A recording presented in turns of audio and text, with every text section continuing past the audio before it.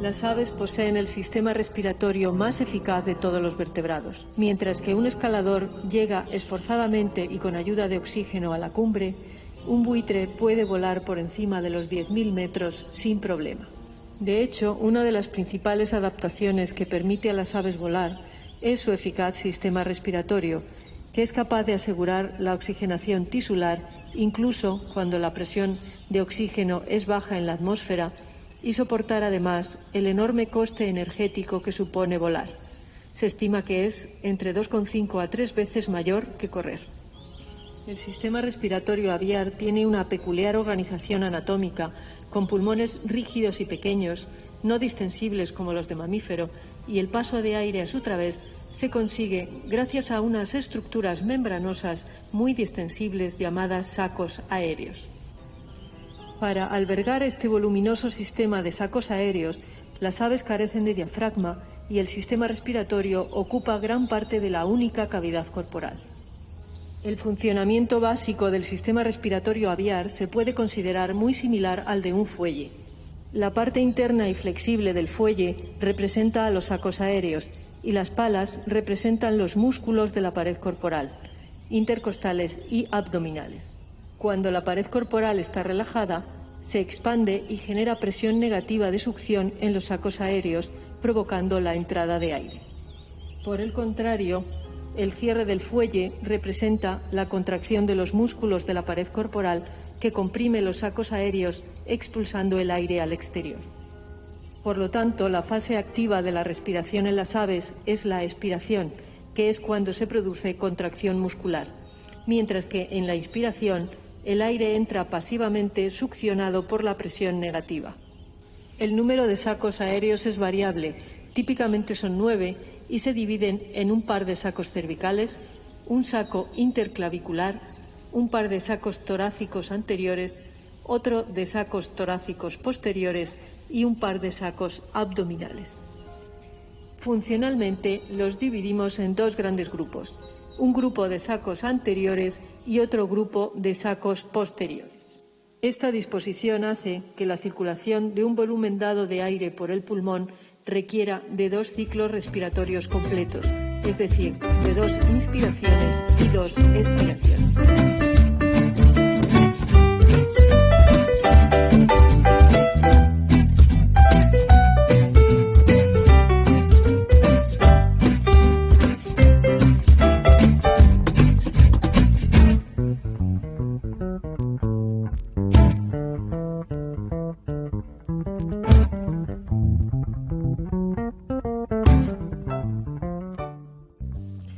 Vamos a ver el proceso en una representación del pulmón en sección longitudinal. Lo dividiremos en 4 fases pertenecientes a 2 ciclos respiratorios. Ciclo 1, inspiración. Ciclo 1, expiración. Ciclo 2, inspiración. Y ciclo 2, expiración. En la inspiración del primer ciclo, el aire pasa directamente a los sacos posteriores desde la tráquea, sin pasar antes por el pulmón. El efecto de succión generado en los sacos posteriores por la relajación de la pared corporal fuerza el paso de aire atmosférico. En la expiración del primer ciclo, la contracción de los músculos de la pared corporal empuja el aire de los sacos posteriores hacia los pulmones. Estos están formados por tubos aéreos denominados parabronquios, cuyas ramificaciones conectan con capilares sanguíneos. Aquí es donde se produce el intercambio gaseoso, pasando el oxígeno por difusión hasta la sangre. El segundo ciclo respiratorio permitirá la expulsión del aire de los pulmones al exterior. En la inspiración del segundo ciclo, la expansión de los sacos anteriores succiona el aire de los pulmones. Y en la expiración del segundo ciclo, su compresión fuerza su eliminación a través de la tráquea. Pero todo este proceso se produce en realidad de forma continua. Tanto los sacos anteriores como los posteriores se expanden y se retraen simultáneamente por efecto de las presiones de la pared corporal. En un momento dado, los sacos posteriores se están expandiendo para recibir un volumen nuevo de aire del exterior, mientras que los anteriores están succionando el aire que ya se encontraba en los pulmones procedente de un ciclo respiratorio anterior.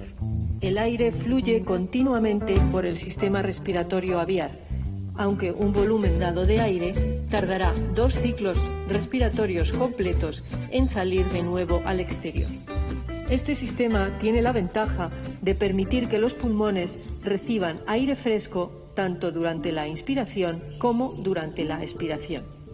Existe un flujo unidireccional de aire a través de los parabronquios y no hay mezcla con aire ya existente, por lo que el aire llega al pulmón con la misma cantidad de oxígeno que en la atmósfera.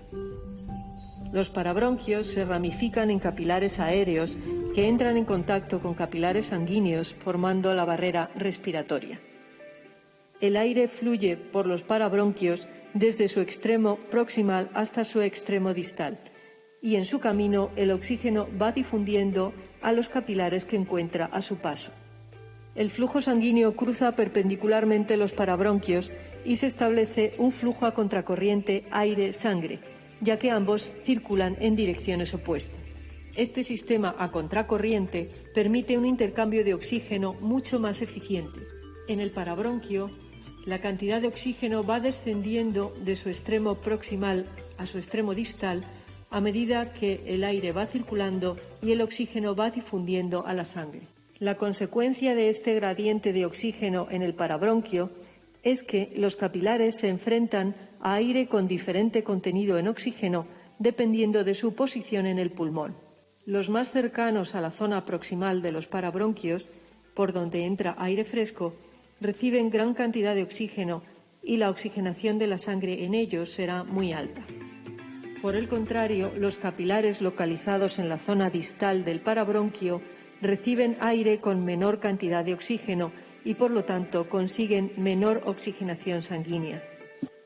Pero todos los capilares se fusionan en un único vaso sanguíneo cuando salen de la superficie de intercambio y en este se mezcla la sangre de todos ellos. La presión parcial de oxígeno medida en la vena de salida del pulmón siempre va a superar el valor del aire expirado. Por lo tanto, el pulmón aviar es capaz de extraer mayor cantidad de oxígeno de la que deja escapar de nuevo a la atmósfera. En el pulmón de mamífero, sin embargo, el aire entra y sale de los alveolos distensibles, pero la ventilación no es capaz de renovar completamente el aire alveolar con cada inspiración, mezclándose aire fresco con aire residual. La primera consecuencia es una disminución de la cantidad de oxígeno disponible para intercambiar con la sangre, ya que el aire alveolar contiene aproximadamente un 40% menos de oxígeno que el aire atmosférico. Además, el aire alveolar no fluye con respecto a la sangre que circula por el capilar sanguíneo. Se trata de una ventilación no direccional. La sangre se carga con oxígeno a medida que circula en contacto con el gas alveolar y rápidamente se alcanza el equilibrio. A partir de ese momento ya no hay mayor captación de oxígeno.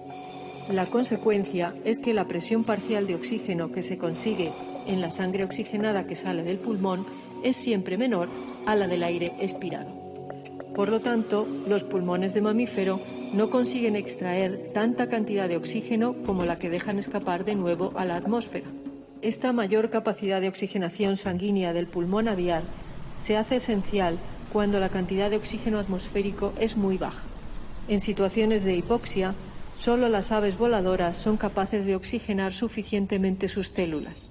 Por lo tanto, para poder cumplir el sueño de volar, el hombre no solo necesita alas, también un sistema respiratorio nuevo.